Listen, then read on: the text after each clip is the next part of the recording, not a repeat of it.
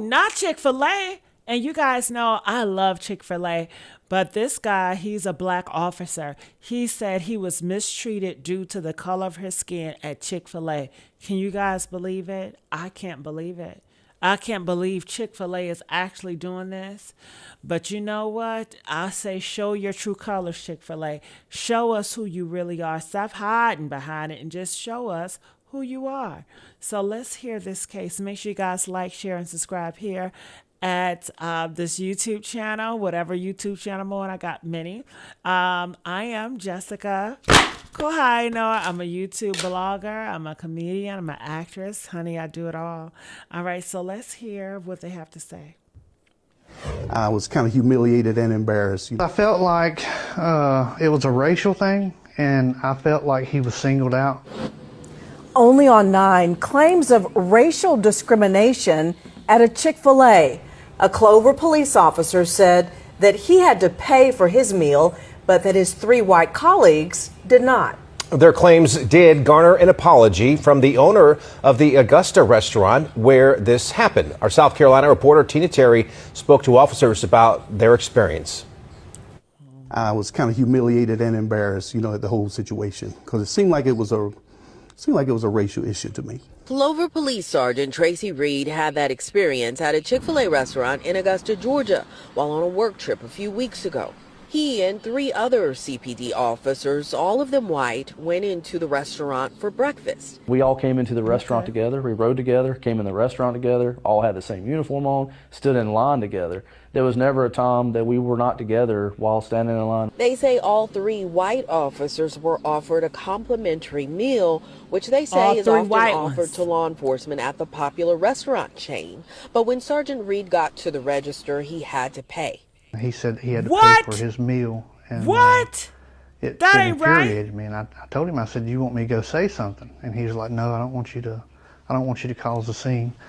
But I could tell by the way he looked that, he just looked down at his plate and he looked really embarrassed and humiliated, which really made me mad. Eventually, Reid wrote this letter to Chick-fil-A corporate demanding the chain retrain employees at the Augusta location and strengthen corporate-wide policies on compliance with civil rights laws. But Reid and the other officers were not satisfied with the response from the Augusta store manager, which included 2 cards for free meals. They said that it was perceived that we were embarrassed or that it was a racial incident, which I didn't like, because I know it wasn't perceived. It actually happened. He's not the only one to perceive it. We all perceived it that way, and it's not even perception, it's what happened. It was a racial issue. Now, that letter from the store manager included an apology, and it also stated that the person who processed the meal was a team leader who doesn't normally work behind the register. The manager called this incident a mistake. Reporting from Clover, Tina Terry, Channel 9 Eyewitness News.